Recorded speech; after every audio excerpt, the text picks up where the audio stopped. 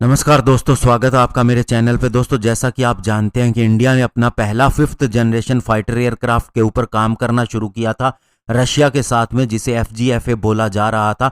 और ये बहुत ही कॉस्टली प्रोजेक्ट था। इसके अंदर बहुत ही कॉन्फिडेंशियल चीज़ें थी, लेकिन बाद में निकल के आया कि इंडिया इससे बाहर हो गया।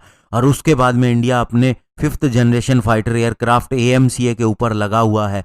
आज हम देखेंगे कि AMCA किस तरह का फाइटर जेट होगा, कब आएगा, इसके ऊपर गवर्नमेंट की क्या सोच है और किस तरह की इसके अंदर पार्टनरशिप होगी, और बहुत से इसके चीज़ों पर हम ध्यान देंगे। तो चलिए दोस्तों, शुरू करते हैं। दोस्तों, इंडियन एयरफोर्स ने जब 2010 के अंदर AMCA के बारे में सोचा तो इसके कई डिज़ाइन ड्राइवर दिए, ADA को बीच में लेके आई, और आज ADA के पास एक अच्छी खासी टीम है जो इंडिया के 5th जनरेशन फाइटर एयरक्राफ्ट पे काम कर रही है।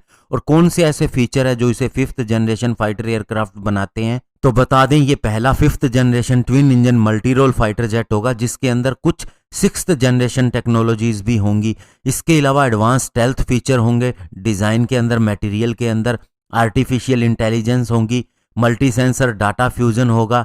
इसके अलावा एडवांस कॉकपिट होगा, लार्ज एरिया डिस्प्ले होगा, टच स्क्रीन होगी 3D डिस्प्ले के साथ में, quadruplex digital fly by wire control system होगा, ऑटोमेटेड टेक ऑफ और लैंडिंग सिस्टम होगा, वॉइस एक्टिवेटेड कमांड होगी। इसके अंदर इंपोर्टेड F414 GE इंजन होगा, जिसके अंदर 98 किलो न्यूटन का थ्रस्ट होगा।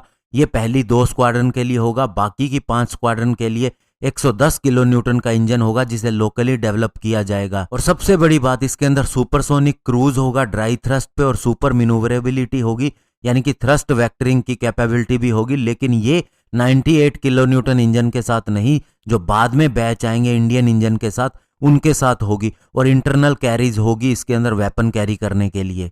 अभी इसको बनाने की बात कहें तो इसे HAL DRDO यानी DRDO की एजेंसी ADA का मेन रोल होगा, और एक प्राइवेट कंपनी साथ में होगी। अगर कोविड-19 ना हुआ होता तो इसे कैबिनेट कमेटी ऑन सिक्योरिटी का अप्रूवल मिल चुका होता, लेकिन अभी दोस्तों उसके बाद में इसके अंदर डिले चल रही है। लेकिन जल्द ही इसे ये अप्रूवल मिल जाएगा और उसके बाद इसके ऊपर काम भी शुरू हो जाएगा। अभी दोस्तों HAL के रोल के बारे में बताएं तो HAL को DRDO ने इतना ज़्यादा ब्रीफ नहीं किया, कुछ एक चीज़ें ही उसके डोमेन में है, ज़्यादा चीज़ें इसके अंदर सारी DRDO के पास ही हैं, उसके साइंटिस्ट काम कर रहे हैं इसके ऊपर।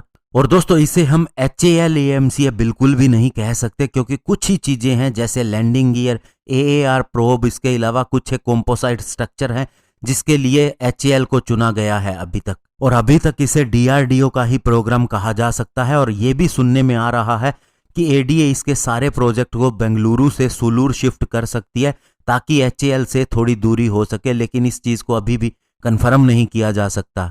अभी दोस्तों, इसकी टाइमलाइन की बात करें तो AMCA ने इसके डिज़ाइन को पूरी तरह से समझ लिया है, ये कभी भी रेडी हो सकता है। लेकिन बात है इसकी फर्स्ट फ्लाइट की, वो 2025 तक टारगेट रखा गया है, और इसके बाद में उम्मीद की जा सकती है कि 2028 में इसका प्रोडक्शन शुरू हो जाएगा। लेकिन दोस्तों, ये भी ध्यान में रखना चाहिए कि LCA तेजस ने 2001 के अंदर इसका डिज़ाइन तैयार था, और 15 साल लगे थे इसकी फर्स्ट फ्लाइट होने में। और दोस्तों, तेजस ने 15 साल इसलिए भी ले रही है क्योंकि पोखरण के अंदर जो हमने परमाणु परीक्षण किया था, तो हमारे ऊपर बहुत से सैंक्शन भी लगे हुए थे। अभी तक ये दिख रहा है कि 2021 में प्रोजेक्ट सैंक्शन और फंडिंग का काम शुरू हो जाएगा। तो अभी पहले की कंडीशन का उदाहरण न देते हुए जिस तरह की एनर्जी दिख रही है, लगता है कि यह प्रोजेक्ट जल्द ही पूरा भी हो जाएगा। और जिस तरह से air chief marshal RKS Bhadauria ने इसके ऊपर वजन डाला है और कहा है कि हम इसके ऊपर अपनी पूरी तवज्जो दे रहे हैं, पूरी तरह से कॉन्फिडेंट है, तो उस हिसाब से लगता है कि ये प्रोजेक्ट वाकई में ही जल्दी पूरा होगा। लेकिन बहुत सी बातें हैं जो तय करेंगी इसकी सफलता को। उनके अंदर पहली बात है कि कन्फ्लिक्ट का रिजोल्यूशन हो। जितने भी स्टेक होल्डर हैं, चाहे DRDO, इंडियन एयरफोर्स, HAL या फिर प्राइवेट पार्टनर, ये भविष्य में हो सकते हैं, लेकिन इनका भी मैनेजमेंट करना होगा। इसके अलावा प्रोजेक्ट का मैनेजमेंट भी शामिल है, और इसके अलावा एक हमें इंटीग्रल क्रिएशन करना होगा एक परमानेंट कैडर का, ताकि फ्लाइट टेस्ट फटाफट हो सके और कंटिन्यू हो सके। और साथ ही दोस्तों, सक्सेसफुल टेस्टिंग टाइम के ऊपर, और हमारा इंडिजिनस इंजन 110 किलो न्यूटन वाला भी टाइम पे आना चाहिए। यानी कि दोस्तों, सभी स्टेक होल्डर के अंदर एक कॉमन अंडरस्टैंडिंग होनी बहुत ही जरूरी है। और हमारा LCA का एक्सपीरियंस ऐसा रहा है, उसके अंदर बहुत सी लैकिंग रही है। ये हमारा एक तरह से फर्स्ट प्रोजेक्ट था। इससे पहले भी हम एक फाइटर जेट के ऊपर काम कर चुके थे, लेकिन ये पूरी तरह से एक कह सकते हैं इंडिजिनस प्रोजेक्ट होने वाला था। शुरुआत के अंदर हमें फॉरेन की कंपनी से भी मदद मिली, लेकिन सैंक्शन लगने के बाद बहुत कुछ प्रभावित हुआ, बहुत सी चीज़ें रुक गई, फिर भी हमने पूरा किया इसे। तो ये हमारा कॉन्फिडेंस भी बढ़ाने वाला है और इससे हमें बहुत कुछ सीखना भी होगा।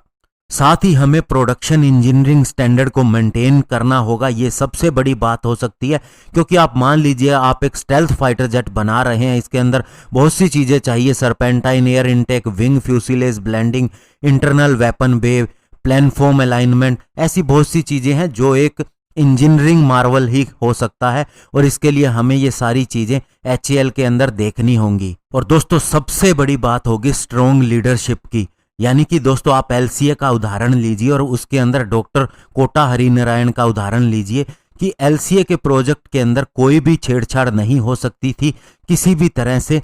उनकी लीडरशिप ही थी और उनको क्रेडिबिलिटी देनी चाहिए इस प्रोग्राम के लिए कि दिल्ली से कोई भी इंटरफेयर नहीं कर सकता था बिना उसकी परमिशन के इस प्रोजेक्ट के अंदर। और ऐसा ही उदाहरण अगर हम वर्ल्ड वाइड देखें तो वो आता है कैली जॉनसन का, जो लॉकहीड मार्टिन के स्कंक वर्क्स भी कहलाते हैं। उन्होंने 7 कोलियर ट्रॉफीज भी जीती थी, उन्होंने SR-71 ब्लैकबर्ड बनाया था। और इसी तरह की चीजें हमें AMCA प्रोजेक्ट के अंदर भी चाहिए, वही लीडरशिप, क्योंकि कैली के 14 रूल थे प्रैक्टिस के लिए जिसे बहुत बार वायोलेट किया गया है। अगर हम अपने पास्ट के प्रोजेक्ट देखें तो अभी हमें ऐसा ही दोस्तों नहीं करना है, और इस तरह से हम कह सकते हैं कि हमें एक लीडर भी चाहिए इस प्रोग्राम के लिए। और अब दोस्तों फाइनली हम ये कह सकते हैं कि इसकी मेटल कटिंग 2021 में होती है, तो उसके बाद इंडिया पहली उन 3-4 कंट्रीज के अंदर आ जाएगा जिनके पास 5th जनरेशन फाइटर जेट का डिजाइन है और उन्होंने इसे डेवलप किया है और ऑपरेट करेंगे। और ये ऐसी अचीवमेंट होगी जिस पे हम सभी को गर्व होगा, क्योंकि प्रेजेंटली लॉकहीड मार्टिन का F-22 रैप्टर,